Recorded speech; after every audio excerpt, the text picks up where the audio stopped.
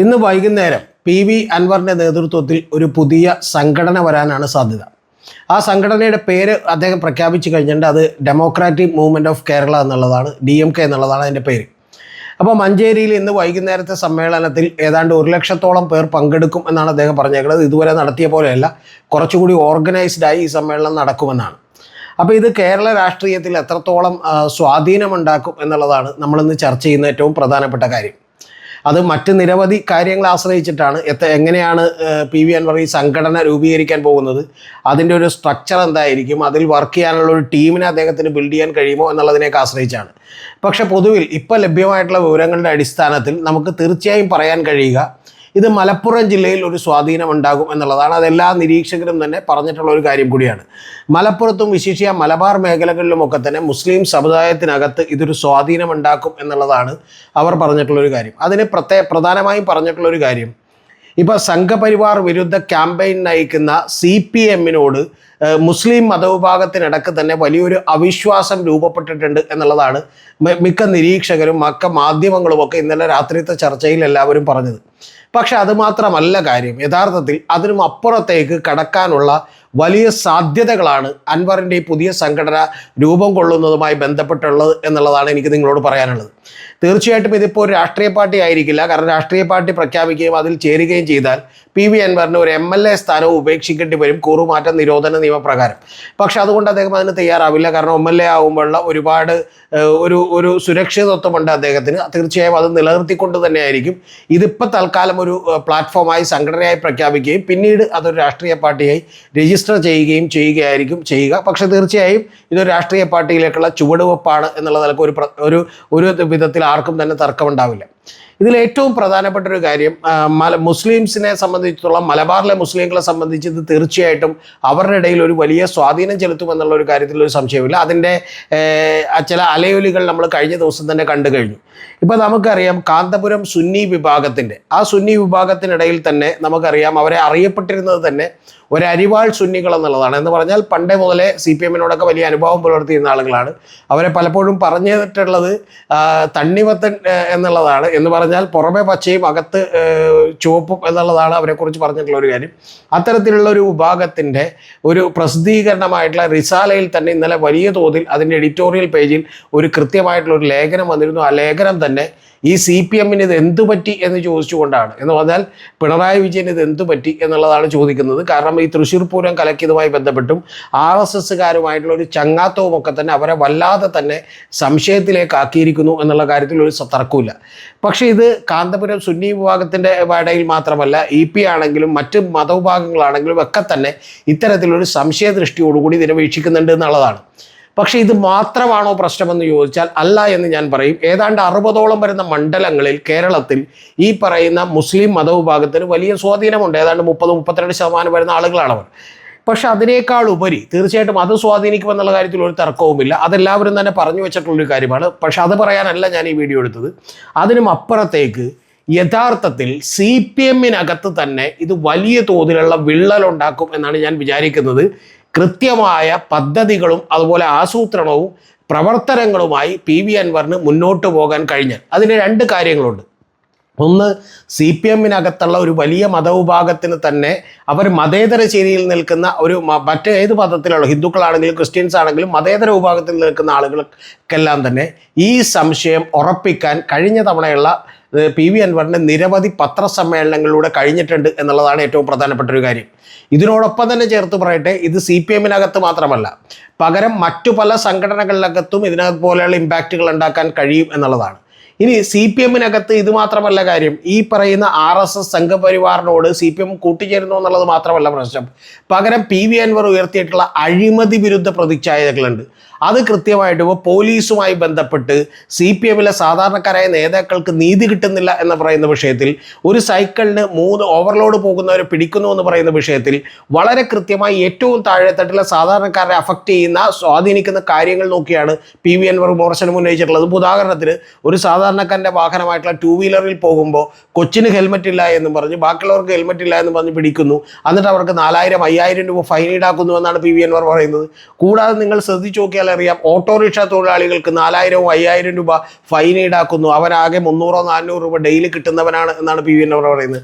അപ്പോൾ ഇതെല്ലാം തന്നെ ഒരു വലിയ വിഭാഗത്തിനിടയിൽ CPM-നിടയിൽ തന്നെ വിള്ളലുണ്ടാക്കും. ഇതേ കാരണങ്ങൾ കൊണ്ട് തന്നെ അത് മുസ്ലിം ലീഗിനകത്തും അതുപോലെ തന്നെ തീർച്ചയായിട്ടും കോൺഗ്രസിനകത്തും വിള്ളലുണ്ടാക്കും. മുസ്ലിം ലീഗിനകത്ത് വിള്ളലുണ്ടാക്കാൻ വളരെ കർക്കശമായി പിണറായി വിജയനെ എതിർക്കുന്ന ഒരു രാഷ്ട്രീയ പാർട്ടിയാണ് പി വി അൻവറുടേത് എന്ന് പറയുന്ന ഒരു മുഖം കൊടുക്കാൻ അദ്ദേഹത്തിന് കഴിഞ്ഞിട്ടുണ്ട്. അതേസമയം മുസ്ലിം ലീഗിനകത്ത് നമുക്കറിയാം PK കുഞ്ഞാലിക്കുട്ടിക്കും മറ്റു പല നേതാക്കൾക്കുമൊക്കെ തന്നെ ഇവരുമായി ഒരു അന്തർധാരകളുണ്ടെന്നും അടിയിലൂടെ ഇവർക്കൊക്കെ വലിയ ചങ്ങാത്തമുണ്ടെന്നും ഇവരൊന്നാണെന്ന് പറയുന്ന ഒരു വിശ്വാസം കൂടിയുണ്ട്. ഇതാണ് ഏറ്റവും പ്രധാനപ്പെട്ട കാര്യങ്ങളിലൊന്ന്.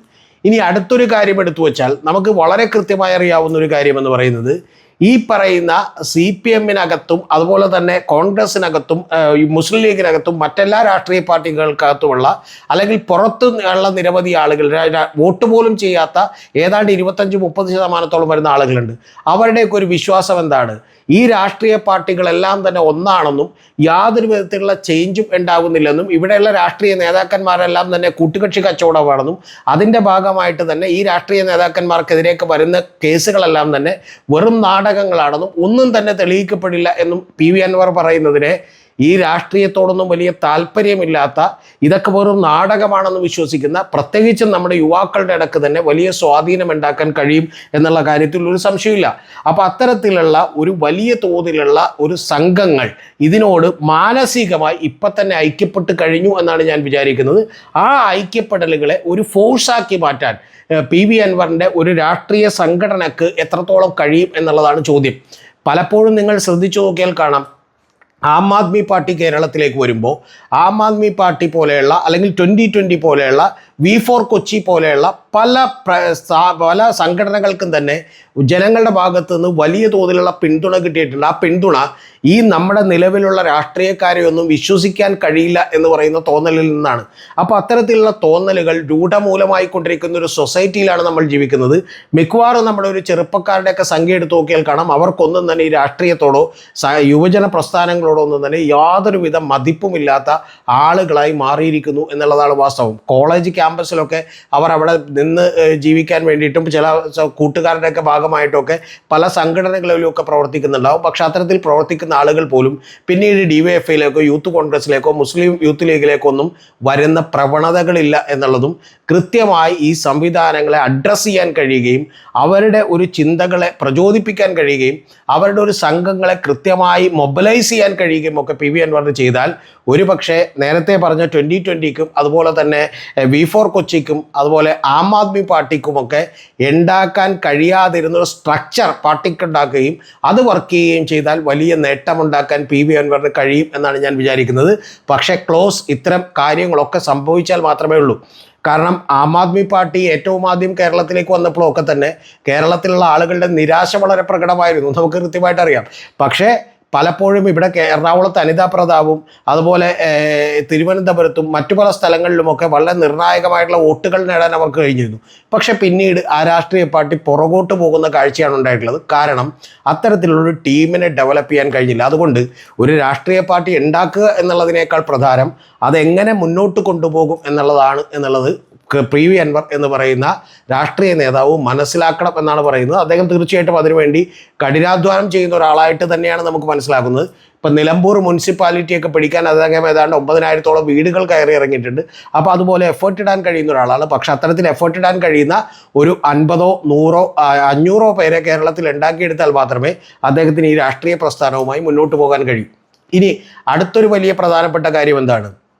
പി വി അൻവറിനെ സംബന്ധിച്ചിടത്തോളം ഏറ്റവും പ്രധാനപ്പെട്ട കാര്യം, ഏതൊരു രാഷ്ട്രീയ പാർട്ടി രൂപീകരിക്കലും ഫണ്ട് ഒരു വലിയ പ്രധാനപ്പെട്ട വിഷയമാണ്. ഞാൻ മനസ്സിലാക്കുന്നിടത്തോളം പി വി അൻവറിൻ്റെ പുറകിൽ വലിയ തോതിലുള്ള മുതലാളിമാരും ആയ ആളുകളുമൊക്കെ ഉണ്ട് എന്നുള്ളതും അത്തരത്തിലുള്ള ആളുകൾ ഉള്ളത് കൊണ്ട് തന്നെ തീർച്ചയായിട്ടും ഫണ്ട് ഒരു വലിയ പ്രധാനപ്പെട്ട വിഷയമാവില്ല എന്നുള്ളത് കൂടിയാണ്.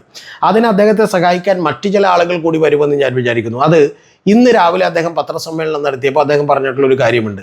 കേരളത്തിലെ 200-ഓളം വരുന്ന കോറികൾ അടഞ്ഞു കിടക്കുകയാണെന്നും ആ കോറികൾ അടഞ്ഞു കിടക്കുമ്പോൾ അതേസമയം തന്നെ മറ്റു കോറികളുടെ കച്ചവടം കൂടുകയാണെന്നും ഈ കോറികൾക്ക് ഫൈൻ ഇട്ടുകൊണ്ട് അവർ കൂടുതലായി എക്സസൈസ് പാറ പൊട്ടിച്ചെടുത്തതിൻ്റെ അടിസ്ഥാനത്തിലാണ് ഇത് പൂട്ടിയിട്ടേക്കുന്നത്. അപ്പോൾ അങ്ങനെ പൂട്ടിയിട്ടതിൻ്റെ അടിസ്ഥാനത്തിൽ ഇവർക്ക് ഫൈൻ അടച്ചുകൊണ്ട് ഇത് തുറക്കാനുള്ള ഓപ്ഷൻ ഉണ്ടെന്നും പക്ഷേ അങ്ങനെ ഫൈൻ അടച്ച് തുറക്കാൻ ഗവൺമെൻറ് സമ്മതിക്കുന്നില്ല എന്നും പറയുന്ന ഗുരുതരമായ ആരോപണം അദ്ദേഹം ഉയർത്തുമ്പോൾ അടുത്തൊരു പ്രധാനപ്പെട്ട കാര്യം കൂടി ഇന്ന് അദ്ദേഹം പുറത്തേക്ക് വിടുന്നുണ്ട്. നാഷണൽ ഹൈവേ അതോറിറ്റി ഓഫ് ഇന്ത്യയുടെ പുതിയ കോൺട്രാക്ടർമാർക്ക് നമ്മുടെ നാട്ടിൽ കേരളത്തിൽ കാണുന്ന പാറകൾ പൊട്ടിക്കാൻ കൂടി അനുമതി കൊടുത്തിരിക്കുന്നു എന്ന് പറയുന്ന ഒരു ഗുരുതരമായിട്ടുള്ള ആരോപണമാണ് അദ്ദേഹം ഉന്നയിക്കുന്നത്. അതിൻ്റെ രേഖകളൊന്നും ഞാൻ കണ്ടിട്ടില്ല, അതുകൊണ്ട് എത്രത്തോളം സത്യസന്ധമാണ് എത്രത്തോളം വാസ്തവമുണ്ടെന്ന് എനിക്കറിയില്ല. പക്ഷെ അദ്ദേഹം പറയുന്നത് വിശ്വസിക്കാം.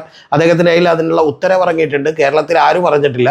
കേരളത്തിൻ്റെ പാറകൾ പൊട്ടിച്ചെടുക്കാൻ മറ്റു പല കോൺട്രാക്ടർക്കും ജിയോളജിക്കൽ സർവേ ഓഫ് ഇന്ത്യയുടെ കയ്യിൽ ഇത്തരത്തിലുള്ള ഒരു ഓർഡർ കൊണ്ടു കൊടുത്താൽ അവരപ്പം തന്നെ അനുമതി കൊടുക്കും, അങ്ങനെ പൊട്ടിച്ചെടുക്കാമെന്നാണ് പി വി അൻവർ പറയുന്നത്. അതെങ്ങനെ സാധ്യമാകുമെന്ന് നമുക്കറിയില്ല. പക്ഷെ അങ്ങനെ ഒരു ഓർഡർ കൂടി ഉണ്ടെങ്കിൽ വലിയ ഗുരുതരമായിട്ടുള്ള അവസ്ഥയാണ്. ഈ പാറമടകൾ ഈ പറയുന്ന യൂണിറ്റുകളിൽ 200 എണ്ണം അടഞ്ഞു കിടക്കുമ്പോൾ അവരിൽ നിന്ന് വേണമെങ്കിൽ 1500 2000 കോടിയോ പിരിച്ചെടുക്കാം എന്നുള്ളത് കൂടിയാണ് പി വി അൻവർ പറയുന്നത്. അപ്പോൾ ഇത്തരത്തിലുള്ള നിരവധി ബിസിനസ് ആളുകളുടെ താല്പര്യങ്ങൾ കൂടി പി വി അൻവറിൻ്റെ പുറകിലുണ്ട് എന്ന് പറഞ്ഞാൽ തീർച്ചയായിട്ടും അത് വലിയ ഫണ്ടിന് തന്നെ വലിയ പ്രശ്നമുണ്ടാവില്ല, അല്ലെങ്കിൽ ഇത്തരം പ്രശ്നങ്ങൾ ഏറ്റെടുക്കുന്നതിന് വലിയ കുഴപ്പമുണ്ടാവില്ല എന്നാണ് ഞാൻ വിചാരിക്കുന്നത്. ഇനി ഏറ്റവും ഒടുവിൽ ഇതിൻ്റെ പിന്നിൽ പി വി അൻവറിനെ ഒരുപക്ഷെ സഹായിക്കാൻ തയ്യാറാവുന്ന ഇപ്പോൾ സെന്തിൽ ബാലാജി അദ്ദേഹത്തിൻ്റെ മകൻ ചെന്ന് കണ്ടിട്ടുണ്ട്. കഴിഞ്ഞ ദിവസം അദ്ദേഹം തന്നെ ചെന്ന് കണ്ടിട്ടുണ്ട്. MK സ്റ്റാലിൻ്റെ പിന്തുണ ഉണ്ടാകും എന്ന് വിചാരിക്കുന്നു. അങ്ങനെ പിന്തുണ ഉണ്ടായാൽ നമുക്കറിയാം നിലമ്പൂരിൻ്റെ തൊട്ടടുത്തുള്ള നീലഗിരി ജില്ലയൊക്കെ തന്നെ ഒരു കാലത്ത് CPM വലിയ സ്വാധീനമുണ്ടായിരുന്ന ജില്ലയാണ്. ആ ജില്ലകളിലടക്കമുള്ള അല്ലെങ്കിൽ അവിടെ നിന്നുള്ള നിരവധി മലയാളികൾ അവിടെയുണ്ട്. കൂടാതെ അവരുമായിട്ടൊക്കെ അതിർത്തി പങ്കിടുന്ന ഒരു സ്ഥലമാണ് നിലമ്പൂർ എന്ന് പറയുന്നത്. അതിൻ്റെയൊക്കെ സ്വാധീനം പി വി അൻവറിന് കിട്ടുമെന്ന് മാത്രമല്ല DMKയുടെ ഒരു പിന്തുണ കിട്ടുന്നു എന്ന് പറഞ്ഞാൽ അതൊരു വലിയ കാര്യമായിരിക്കും. കാരണം അദ്ദേഹത്തിന് പിന്നെ ഒരു ഭയവുമില്ലാതെ തീർച്ചയായിട്ടും ഇവിടെ നമുക്ക് രാഷ്ട്രീയ പ്രവർത്തനം നടത്താൻ കഴിയും എന്നുള്ള കാര്യത്തിൽ ഒരു സംശയവുമില്ല.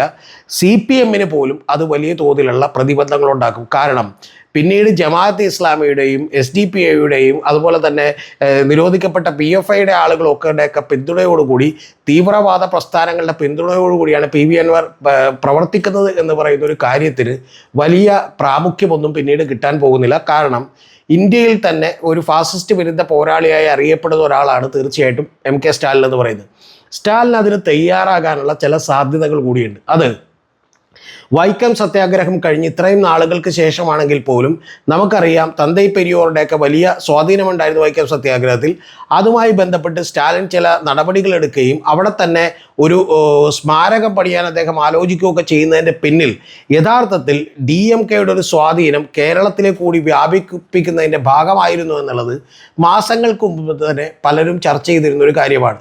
യഥാർത്ഥത്തിൽ അത്തരത്തിൽ വളരെ കൃത്യമായി ഇത് പ്രചരിപ്പിക്കാനുള്ള ഒരാളെ കൂടി പി വി അൻവറിലൂടെ കിട്ടിയിരിക്കുന്നുവെന്നാണെങ്കിൽ കോൺഗ്രസിനും അതുപോലെ CPM ഒക്കെ എതിർക്കൽ തന്നെ സ്വാഭാവികമായിട്ടും കുറച്ച് പരുങ്ങലിലാവും. കാരണം CPM 2 MP കിട്ടിയിട്ടുള്ളത് സ്റ്റാലിൻ്റെ ദയയിലാണെന്ന് നമുക്കറിയാം.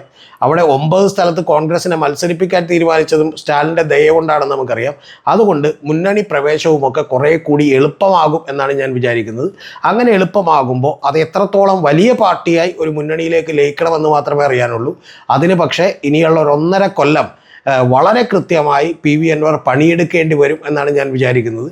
അത് സംഭവിച്ചാൽ നേരത്തെ പറഞ്ഞ ആം ആദ്മി പാർട്ടിക്കോ അല്ലെങ്കിൽ 2020 അല്ലെങ്കിൽ മറ്റ് പാർട്ടികൾക്കോ ഒക്കെ കേരളത്തിൽ ഉണ്ടാക്കാൻ കഴിയാതിരുന്ന ഒരു സ്വാധീനത്തിലേക്ക് തീർച്ചയായിട്ടും പി വി അൻവർ എന്ന് പറയുന്ന അദ്ദേഹവും അദ്ദേഹത്തിൻ്റെ പാർട്ടിയുമൊക്കെ എത്തിച്ചേരാനുള്ള സാധ്യതകളുണ്ട്.